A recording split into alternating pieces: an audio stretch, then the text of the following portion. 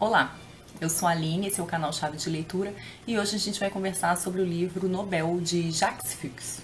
Não sei se é assim que se pronuncia o nome dele, tá? Ele é um autor mineiro e ele que me mandou o livro, que é um lançamento e que saiu pela editora José Olímpio. Nobel é um livro bem, assim, sui generis. Ele simula o discurso de um ganhador do Nobel.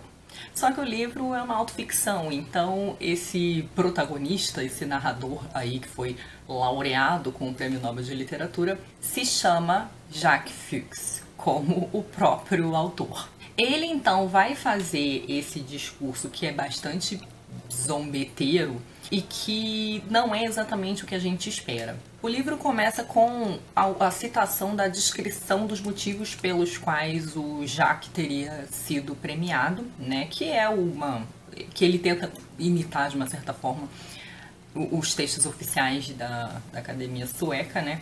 Onde ele vai dizer: por ter performado, falsificado e duplicado a narrativa dos escritores canônicos, transformando-a em sua perturbada obra.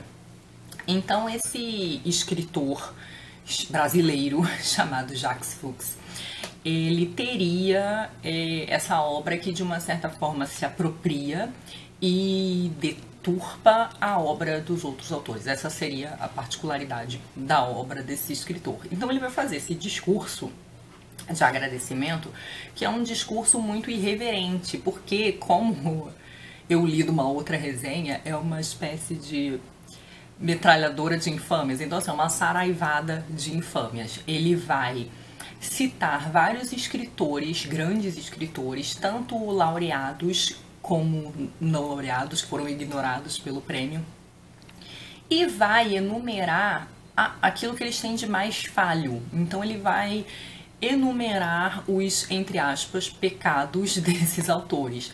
E são coisas, desde algumas coisas meio corriqueiras até outras um pouco mais sérias. Vão ter os autores que são mulherengos, vão ter os autores que são traidores, né, que pegam a mulher do outro. Mas vai haver também a história dos autores que depois de premiados foram associados à juventude nazista, autores que eram racistas, autores que fizeram comentários ligados a uma ideia de eugenia, enfim, algumas pessoas que fizeram coisas assim, disseram coisas bem pouco aceitáveis, assim, né? Então, o livro fica enumerando, e assim, são autores que são muito apreciados e admirados, né? Como Kafka, Gabo, Borges, Saramago, Vargas Llosa e alguns outros que menos conhecidos para mim, né? O Kipling, enfim, vários autores onde ele vai enumerando aí essas histórias de infâmia, né? Do que esses autores tinham de mais humano e falho. Ele também ressalta, de algum modo, o próprio caráter parcial e arbitrário da premiação.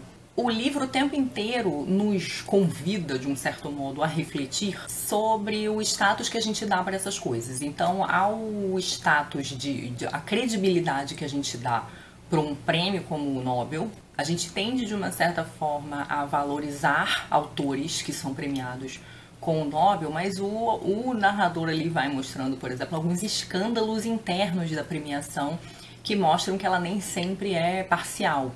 E ele também nos convida a refletir sobre a nossa relação com os autores, né? Com um certo desejo de deificação dos autores, né? De que a gente, para muitos leitores, né?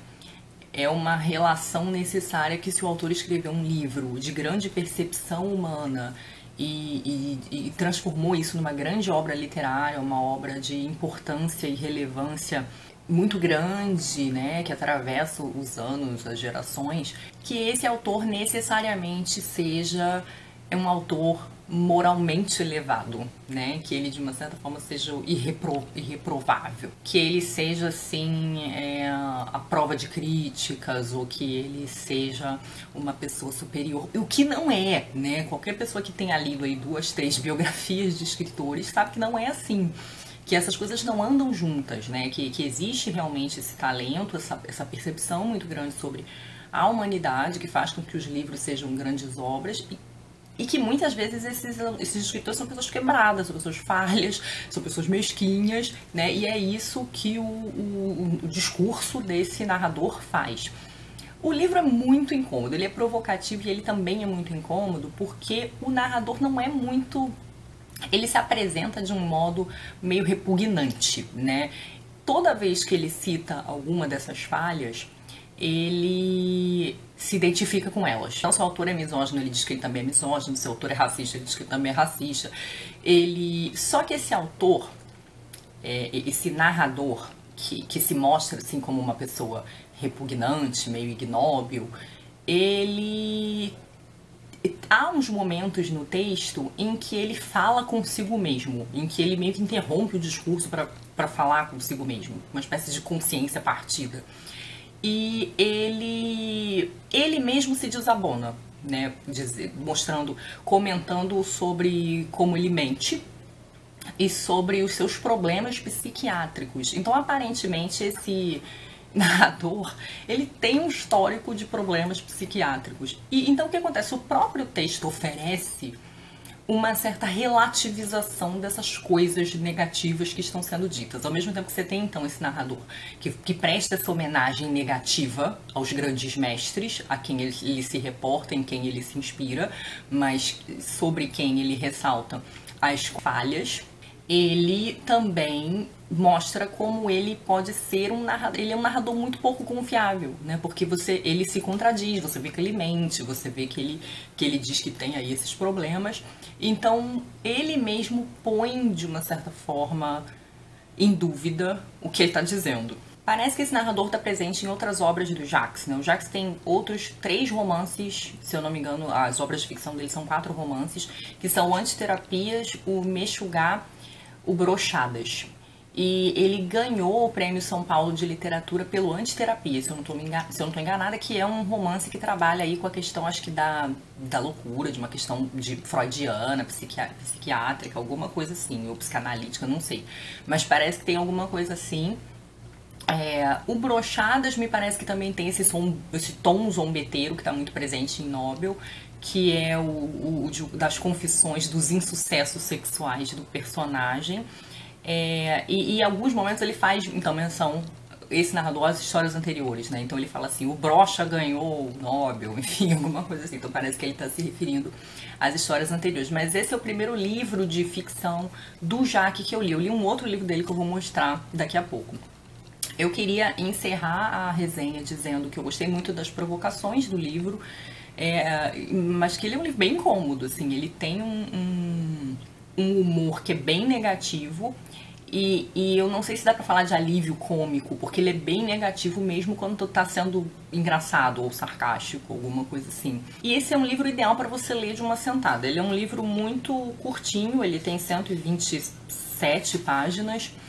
E ele é um livro monotônico, né? Porque como ele é um discurso e ele vai ficar, então, enumerando as falhas e as infâmias relativas a esses escritores, ele vai seguir essa toada até o final. Então, assim, não espere um livro com peripécia, clímax, desenhado, não vai ter isso, tá?